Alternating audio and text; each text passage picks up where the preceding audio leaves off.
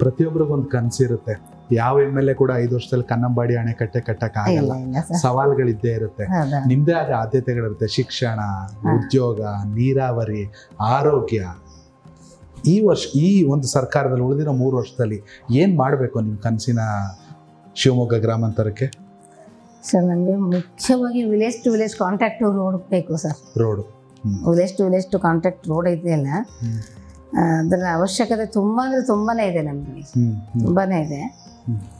ಅನುದಾನದ ಕೊರತೆ ಇದೆ.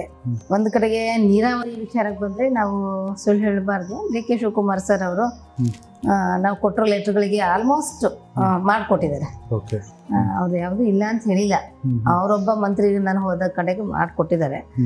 ಇನ್ನು ಮಧು ಬಂಗಾರಪ್ಪನವರು ಶಾಲೆಗಳ ರಿಪೇರಿ, ಶಾಲೆಗಳು ಕಟ್ಟಡಗಳು ಬಂದಾಗ ಹಾಕೊಟ್ಟಿದ್ದಾರೆ. ಬಿಟ್ಟರೆ ಪಾಪ ಅವ್ರ ಶಿಕ್ಷಣ ಮಂತ್ರಿಗಳು ಅವ್ರದ್ದೇ ಪಕ್ಷ ಬೇರೆ ಅಷ್ಟೇನೆ. ಬಟ್ ಅವ್ರನ್ನ ಅಂದ್ರೆ ಸ್ವಂತ ಸಹೋದರಿಗಿಂತ ಹೆಚ್ಚಾಗಿ ಗೌರವ ಕೊಡ್ತಾರೆ. ಆದ್ರೂ ಪಕ್ಷ ಅನ್ನೋದು ಇದ್ದೇ ಇದೆ.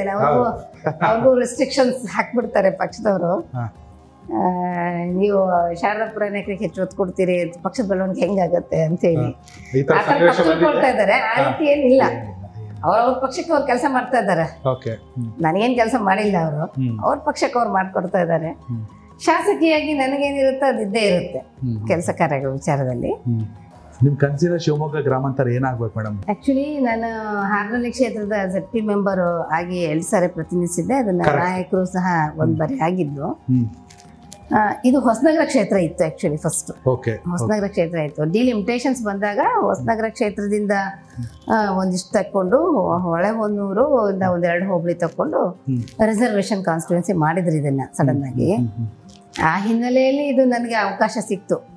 ಇಲ್ಲ ಹೊಳೆಹೊನ್ನೂರು ಕ್ಷೇತ್ರ ಅಂದ್ರೆ ಪೂರ್ತಿ ಆ ಕಡೆನೆ ಅಲ್ಲ, ಭದ್ರಾವತಿಯಿಂದ ಚನ್ನಗಿರಿಗೆ ಹೋಗಿದೆ. ಈಗ ಎಲ್ಲೆಲ್ಲೋ ಹಂಚೋಗಿದೆ ಈಗ ಅದು. ಕನೆಕ್ಟ್ ಕರ್ನಾಟಕ, ಇದು ನಿಮ್ಮ ನೆಟ್ವರ್ಕ್.